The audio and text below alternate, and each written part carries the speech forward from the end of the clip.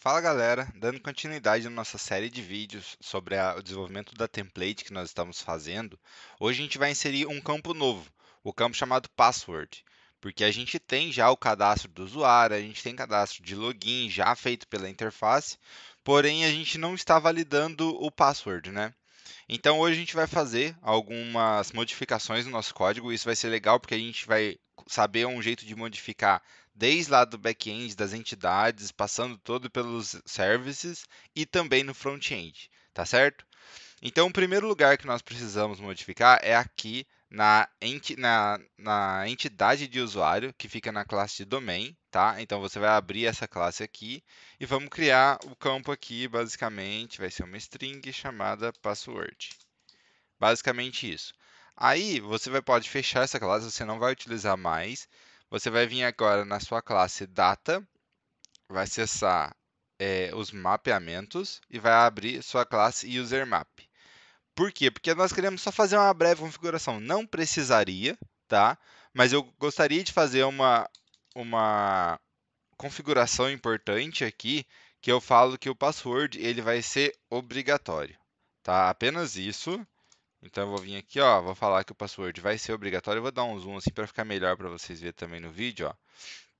Então o password agora ele está obrigatório. Beleza, temos isso. Agora precisamos mapear isso no nosso banco de dados. Se vocês olharem o nosso banco de dados, que está aqui, se a gente vir aqui, abrir a template, tabelas e abrir os nossos usuários, vamos ver que não temos a coluna, né? Temos os campos comuns que a gente criou lá naquela classe de entidade que é herdada, e temos os nossos dois campos de usuário, que é nome e e-mail. Então agora a gente precisa vir aqui, abre o Package Manager Console, provavelmente ele vai estar aqui embaixo no seu Visual Studio. Se não tiver, ele está aqui, ó, você clica em Tools, New Get Package Manager, Package Manager Console, tá? Aí você troca o Default Project aqui para Data, que é onde está todas as configurações de mapeamento, o seu contexto e tudo mais. Você vai dar um Add Migration e vai dar um nome para isso, password field, por exemplo. Aí ele vai gerar um build e tudo mais para garantir que o seu código está apto para atualizar isso. E perceba que ele deu um erro aqui, ó. Depois que ele deu o build com sucesso, ele deu um erro. Ele está falando o seguinte, que ele não pode criar o campo password porque eu estou falando para ele que ele é obrigatório, porém como já existem dados no banco, ele vai salvar isso como nulo e tudo mais e aí ele vai falar, pô, você está me falando que é obrigatório, mas esses campos aqui que já existem vão ficar como nulo? Então a gente pode vir aqui, só para a gente conseguir criá-lo, né? A gente vai criar um has the full value e a gente vai colocar um nome aqui apenas para ele passar, tá? Então vou colocar aqui test template. Vamos botar isso aqui só para a gente ver se ele vai realmente conseguir passar lá. Então, só clicar para cima assim, ó, e rodar novamente. E ele vai finalizar. O que que esse Add Migration faz? Ele simplesmente cria um arquivo de migration, tá? Falando tudo lá o que que ele vai fazer. Ah lá, ele vai adicionar uma nova coluna. Esses dois aqui é o que a gente já tem lá como modificações padrões, né? Ele vai criar essa nova coluna. Então agora para a gente executar isso no banco de dados, a gente dá um update database. Ele gerou o build, sucesso, validou, deu done. Então se agora a gente voltar lá para o nosso banco de dados, e dar um refresh lá na tabela Tables, por exemplo, ele está expandindo. Nós vamos conseguir abrir a tela de Users e aqui está o campo Password, tá? Então esse é o primeiro detalhe. A gente já conseguiu agora ter o password. Então se a gente dá um Select, por exemplo, pode ver que o campo password foi criado e todos os usuários no momento estão com o teste template. Claro que nós vamos precisar atualizar esses usuários de acordo com um password exatamente, né, com uma hash ali que a gente vai criar. Porém, como a gente precisa no momento gerar um valor para esse teste password, a gente colocou isso aqui. Depois dá para a gente realizar um update e tudo mais e atualizar os demais. Agora, se a gente voltar para o nosso código, a próxima modificação que a gente precisa fazer é na nossa pasta de application, lá na view model de requisição, tá? Esse user authenticate request. Por quê? Porque é esse objeto que vem lá do front-end. Se a gente vir aqui na nossa controller, por exemplo, vamos analisar ela primeiro. Aqui, ó, nós temos o user view model, tá? Que a gente vai lá para o front, que vai lá para a nossa classe de post para criar um usuário. Então nós precisamos fazer nela também, porque quando cadastrar o usuário vai ter aqui. Então é no put também para atualizar. E no authenticate é nesse request, tá? Então nós precisamos fazer no request e no user view model, nesses dois. Então basta copiar, colar e trocar aqui para password. E a mesma coisa para o user request. Ah, ele já está com o user. Ah, é verdade, a gente já criou isso aqui nos vídeos passados. Porém, a gente não estava usando, a gente estava simplesmente deixando passar, porque, enfim, a gente não tinha esse campo ainda. E aí, agora, por último, com relação ao back-end, né, nós precisamos vir aqui na nossa classe de serviço e fazer as modificações, né? Tanto na classe de post, porque precisamos ter o objeto, o password aqui. Na verdade, assim, do jeito que está aqui, ele já vai funcionar, ele já vai salvar, tanto para o password como para o put, e no Authenticate ainda não, nós precisamos fazer a modificação. Porém, nós não vamos salvar a senha do jeito que vem, certo? Nós precisamos criar um método que ele vai ser responsável por criptografar a senha. E aí sim, a gente com a senha criptografada, nós conseguimos salvar essa senha de modo com que quem acesse o banco não consiga ver a senha da pessoa. Sendo assim, vamos criar um método chamado, sei lá, criptografar senha. E aí vamos fazer ele aqui mesmo na classe de usuário. Por quê? Porque isso é voltado para o usuário. A gente em nenhum momento vai criptografar uma outra senha de um outro tipo de usuário. Enfim, a gente não vai fazer isso, tá? Então, para não passar muito tempo, eu já tenho um método meio pronto aqui, que vai servir justamente para a gente agilizar esse processo. Ó, colei aqui, ele vai ser um método privado, que ele chama encrypt password. Eu passo o password, né, como parâmetro, e eu retorno uma string. E aí aqui dentro eu vou somente importar esse código aqui, tá? E aí ele simplesmente faz aqui a criptografia do meu password e retorna a string que eu preciso. Então aqui no meu método, por exemplo, post, o que a gente pode validar? A gente pode validar que a gente pode fazer essas modificações lá na nossa classe de mapeamento, tá? Para isso a gente vai ter que tornar esse método privado, essa é uma opção, tá? Tornar esse método privado. Desculpa, tornar esse método público para que nossa classe de AutoMapper realize essa modificação. Nós conseguimos aqui criar lá, falando exatamente para o campo de password, nós fazer isso. A gente conseguir fazer isso. Porém, o correto beleza, essa é uma opção, se a gente quiser, porém essa classe vai se tornar pública. Qualquer outro cliente, qualquer outra classe vai conseguir conectar nela, o que não é o muito correto. Para a gente não passar por isso, vamos criar apenas uma linha de comando abaixo de post e put, capaz de fazer essas modificações, tá? Então, por exemplo, aqui, ó, vamos fazer no post primeiro, que a gente já tem o usuário aqui. Eu vou fazer o seguinte, ó, user.password recebe encrypt password e vou passar o user.password, tá? Com isso, o que já vai acontecer?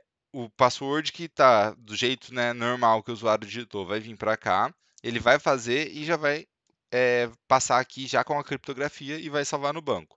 A mesma coisa, vou até copiar a linha, eu vou fazer para o put. Logo abaixo do AutoMapper, eu vou e chamo para fazer a criptografia aqui. É o jeito que eu acredito ser um pouco mais seguro com relação a ninguém mais utilizar essa classe, para esse método não ficar aberto para outras pessoas utilizar, já que esse é um método específico para o usuário, tá? E aí o terceiro lugar que nós precisamos modificar é o nosso método de autenticação. Por quê? Porque o password vai vir agora lá pelo nossa interface, né? Então nós precisamos também realizar essa modificação para validar realmente se o usuário no banco tem essa senha ou não, tá? Então aqui vamos fazer um user.password recebe o encrypt user.password, password. Salvo. E aí eu vou colocar essa validação aqui também, de modo com que eu garanta que o meu password vai vir aqui, vai ser validado aqui se ele esteja vazio ou nulo. Então vamos lá, no Authenticate eu vou validar, eu vou passar para a criptografia e agora no Find eu tenho que fazer a mesma coisa que eu faço com o e-mail aqui, ó. Eu vou dar um Enter e a gente faz aqui embaixo. Deixa eu ver se tem como até dar uns tabs assim, para ficar mais fácil de ver. E aí eu passo o password aqui, tá? De modo com que, beleza, agora sim ele vai validar tanto o meu password como o meu e-mail e validar se o usuário já foi deletado ou não, para assim ele conseguir retornar e aí ele gerar o token e tudo mais e conseguir autenticar no sistema. É isso, nós não precisamos realizar mais nada com relação ao nosso back-end, tá? Eu vou rodar a aplicação e nós vamos fazer um teste com autenticação para vocês verem o método de criptografia funcionando. E depois sim, nós vamos criar um usuário e tudo mais para ter um password verdadeiro, né? Então eu vou colocar um breaking point aqui depois da criptografia. Eu vou colocar um na criptografia, na verdade, para a gente conseguir ver a diferença. Então eu vou rodar a aplicação. Pronto, com a aplicação rodando, a gente consegue vir aqui. Vou digitar qualquer coisa aqui, tá? 123, 123. Vou mandar logar. E aí ele vai pausar aqui no meu método. Então pode ver que meu password é 123, 123. Se eu der um F10 agora, que ele vai passar pelo método, pelo método de criptografia, olha lá, ó. Perceba que ele gerou uma criptografia para mim, certo? Então eu vou fazer o seguinte, basicamente. Não, eu não vou atualizar o banco com essa criptografia, não. Então o que vai acontecer? Ele vai bater lá no meu banco e ir embora. Vamos ver lá no meu banco rapidinho. E embora existiu o meu usuário aqui, ele não foi deletado e tudo mais, ele vai me retornar como um usuário nulo, porque o password é totalmente diferente, tá? Então, se eu botar F5 aqui, ele vai dar exception e vai retornar com o usuário inválido aqui para mim no front-end, certo? Então, eu vou vir aqui no meu back-end. Ah, beleza, eu copiei. Então, eu vou dar um update users set password. Eu vou setar esse aqui apenas para o meu usuário, que é o nicolas.rfontes, tá? Então, vou setar apenas para ele. Ok, então se a gente rodar agora novamente, a gente percebe a nova senha aqui, certo? E aí, se eu rodar minha aplicação novamente, eu vou dar um F10, perceba que ele gerou meu usuário, tá? Então, agora nós temos, sim, a funcionalidade de autenticar o usuário. Fechou. Essa é a primeira coisa. Então, o nosso método de autenticação está funcionando. Deu um F5 na tela aqui só para ele voltar. Isso. E agora eu vou cadastrar um novo usuário. Perceba que a gente precisa dar uma modificação aqui, né, gente? Vou fazer essa validação já aqui. Vamos consertar isso já, para não ficar com esses dois campos. Vamos aqui na Client App. E lá no meu ponto HTML, eu vou entender o que está acontecendo e depois a gente vai modificar isso lá no nosso TS, no TypeScript, né? Então, o que eu estou falando é o seguinte, olha, para eu mostrar a minha tabela, eu tenho que falar que ele está autenticado e ele tem que ser o show list. Tudo bem, a minha tabela, ela aparentemente está funcionando. Para eu mostrar o meu formulário de cadastro, o showlist tem que ser negativo, mas ele não precisa estar autenticado, o que também é correto. E o meu formulário, ele está falando que se ele não tiver autenticado, ele mostra, o que também é correto. Porém, eu vou falar o seguinte, que ele também precisa ser o showlist positivo, sabe? Porque eu preciso, se eu clicar apenas para eu cadastrar um usuário, ele não vai estar autenticado, tudo bem, porém ele não vai estar mostrando a lista também, então ele vai esconder aqui. Então, se a gente vir agora no nosso código e clicar em novo usuário, olha lá, ó, ele faz isso certinho, tá? Então, eu não deixo ver a lista de usuário sem antes a pessoa fazer um login. Porém, a pessoa pode se cadastrar sem estar conectada, sem estar autenticada. Então agora eu vou criar uma aqui, ó, demonstração. Eu preciso do campo password aqui, né? Vamos lá fazer o nosso campo password no nosso formulário agora. Então aqui, que eu tenho meu formulário de cadastro, eu vou apenas copiar aqui, ó, esse form group, cola aqui embaixo, coloca aqui, ó, password, coloca um campo de password aqui para ficar escondido, né, a senha. Tudo que tiver password nós vamos modificar. Fechou. Aqui também. Vamos verificar se no nosso TypeScript tem alguma coisa para fazer. Tá aqui o TypeScript. Vamos lá no save. Não, ele simplesmente manda o objeto, né? Ele não valida nenhum campo por campo. Não temos nada que possa atrapalhar a gente. Então, se a gente voltar lá na nossa aplicação, vou clicar no novo, vou clicar no demonstração@teste.com e vou colocar assim, 123, 123. Antes da gente rodar, vamos lá na nossa controller e vamos colocar um breakpoint aqui para conseguirmos fazer a validação. Aqui no post, estamos indo, tudo mais, chegou aqui no password. Perceba que estamos com 123, 123 e agora que passou, estamos com o método criptografado. Se mandarmos salvar, ele salvou o usuário cadastrado com sucesso e lá no banco de dados está aqui criado, ó, usuário demonstração já com o nosso password criptografado. Então, beleza, está funcionando. Vou copiar aqui nossa senha, né? Vou colar aqui no nosso e-mail e coloquei o password. Precisamos colocar como criptografado aqui também, né? Mas aí ele já autentica e loga. Tá vendo? Então é isso. Nós conseguimos criar esse novo campo e fazer a modificação desde lá da interface até o nosso banco de dados.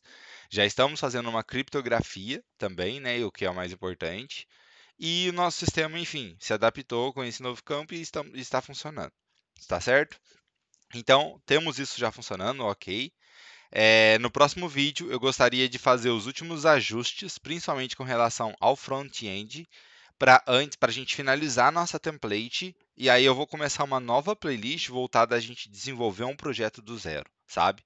Eu vou bolar uma ideia. Na verdade, eu já tenho algumas ideias em mente, mas aí eu vou pensar em umas ideias melhores e vou mostrar para vocês como eu planejo e desenvolvo um projeto freelancer quando eu quero fazer, quando eu preciso fazer algum. Fechado? A gente vai trabalhar com planejamento através de mapa mental, alguma coisa assim, para a gente conseguir ter uma ideia maior de como vai ser a aplicação. Então eu fico por aqui, recomendo se você gostou do vídeo, comenta alguma coisa, o que achou, o que mais dá para a gente fazer uma modificação, outras ideias do que a gente poderia fazer na nova playlist, tá? Lembrando que ainda não tem nada definido.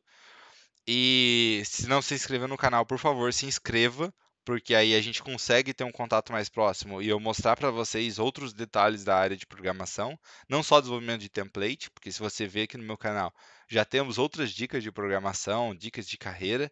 Então, é um jeito da gente ter um contato mais próximo. E nos vemos no próximo vídeo. Forte abraço, galera!